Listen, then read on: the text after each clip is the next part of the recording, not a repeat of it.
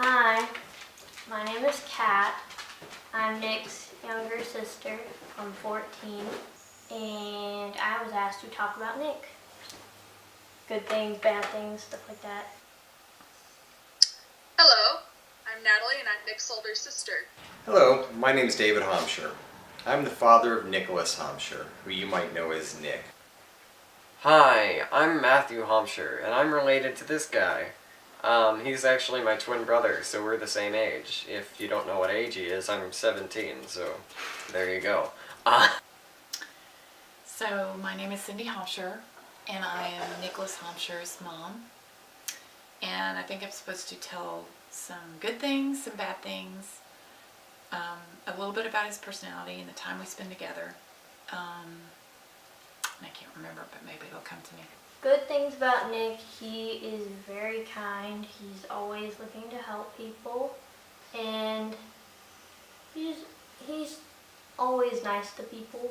Usually, I mean, sometimes we don't get along because, brother and sister. But Nick, he's really funny. He always makes me laugh. I love it when he does his Dobby impression and his Smeagol impression. It makes me laugh so hard.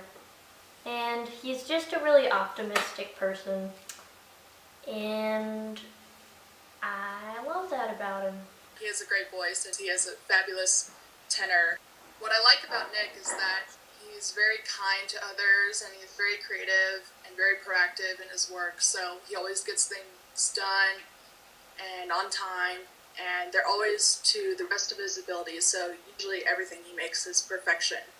He's the sweetest, kindest, most loving person that you could ever hope to meet. He will give the shirt off his back, literally, for a stranger. Let's see. What are the good things about my brother? Well, there are lots. I'm gonna be honest. Nick is probably the nicest person I have ever met. So good things about Nick are easy. It's a long list. He is loving and considerate and compassionate, and he's been that way from birth, so I can't really take credit for it. I think it's something innate in his personality. Giving, compassionate, thoughtful. Bad things.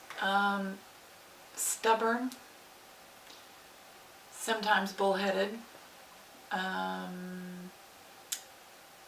Actually, those are things that might serve him well in his adult life, because he's very persistent. He doesn't give up.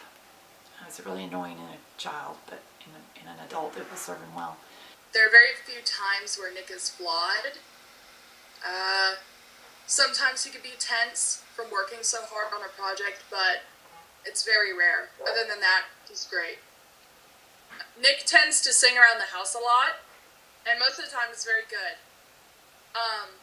It's the times when I'm studying that I'll tell him to be quiet. I don't think there's many bad things about Nick. He has some random quirky moments at home. He only shows us here at his house. So we see a lot of depth to his personality that you guys don't see.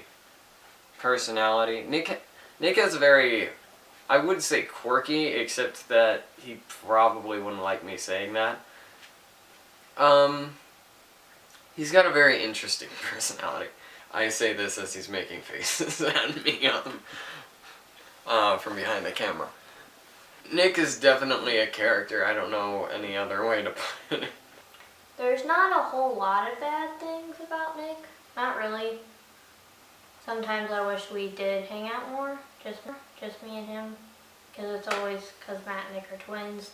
They hang out a lot together, and because they're juniors, they're really busy. I spend a lot of time with Nick, and usually my time is spent walking around the neighborhood, talking about literally anything, from school to people to teachers to where we want to go in life, what college we want to go to, what we're interested in, what we're not interested in. We talk about politics sometimes. Other activities include sometimes playing video games, sometimes me judging him for playing video games, and reading books, and again more talking. Nick's really techie. I have never been techie in my life. I, for the most part, don't understand what in the world he does after he films this. Yeah, that kind of terrifies me a little bit. But he's a great person. He's been one of my best friends pretty much forever. When I'm not away and studying at college, Nick and I are usually hanging out all the time. Also when he's not at school. We spend our time just catching up, talking about our day, and, doing fun activities, whether we're going out to eat or whether we're at home and playing video games. But any time with Nick is a good time. Don't get as much time to spend with Nick and his twin Matt as I did when they were younger because they're so busy with school activities. But we've had the great honor and opportunity to do a ton of Boy Scout high adventure trips over the years. So not only have we done Boy Scout campouts once a month during the school months for 6 years from middle school through high school, but we've also gone on 3 high adventure trips. We've taken a float plane into the backcountry in northern Manitoba and canoed and portaged for 9 days through the Northern Tier Boy Scout High Adventure Base. Then we went to High Adventure in Jamboree, Boy Scout Jamboree at the new Summit High Adventure Base in southern West Virginia about 3 years ago, and that was a tremendous experience with a number of other scouts from our troop and others. And then this last summer, after training for about 3 months with 55-pound backpacks, we headed out on the trail in Cimarron, New Mexico from Philmont Scout Ranch. So what do we like to do together? Oh man, just hang, play board games as a family, play card games, watch TV, talk politics, spat and disagree with each other like families do, and generally have a good time. I am very, very honored and proud to be Nick's dad. Time we spend together right now with him as a teenager, we spend a lot of time in the car. So that's probably about to go away because he's got his driver's license now and soon to have his own car. So we won't get to spend all this time in the car, but we have a lot of fun in the car. We sing songs and tell jokes and do impersonations and make up funny stories. And we don't even listen to the radio very much because we're having too much fun. So we do that. We walk dogs together. We play family games together. That's always really fun, especially if they're interactive. It's more about playing the game than winning. Sometimes we cook or clean up, run errands, life stuff. And I enjoy all that, and I'm going to miss him terribly when he goes to college. So, lots of stories to tell about Nick. When he was a little boy, he would come home from kindergarten and preschool and first grade, and I would ask him, well, so how was your lunch today? Did you like what I packed for you? And so many times he would say, oh, so-and-so didn't bring his lunch. Carlos forgot his lunch, so I gave him mine. He would give away his lunch money, give away his cookies. Then I started giving him 2 cookies, and he'd give both cookies away. So he's very giving. One of my other favorites is one time we had accidentally thrown something away in the recycling bin in our neighborhood, and we needed to retrieve it. And my husband and I had the same thought of holding our youngest daughter, Catherine, upside down by her heels to grab the thing that we'd thrown in the recycling by mistake. And Nick was left out of the discussion and thought we were just throwing his sister in the recycling bin. And he got really upset and was yelling, "You can't throw Catherine away." He loves people so much. And so most of the stories are around that. We both go to Booker T. Washington High School for the Performing and Visual Arts, or if you're into alphabet soup, Booker T. Washington HSPVA. We're both in theater. So we were working on a show one time, and a bunch of people are in the room. It's us and a bunch of our friends and my set construction teacher. And so we're all sitting, talking, and somebody says, "Hey, I wonder who the nicest person in this room is." And so somebody says, "Hey, I think I would be the nicest person in this room."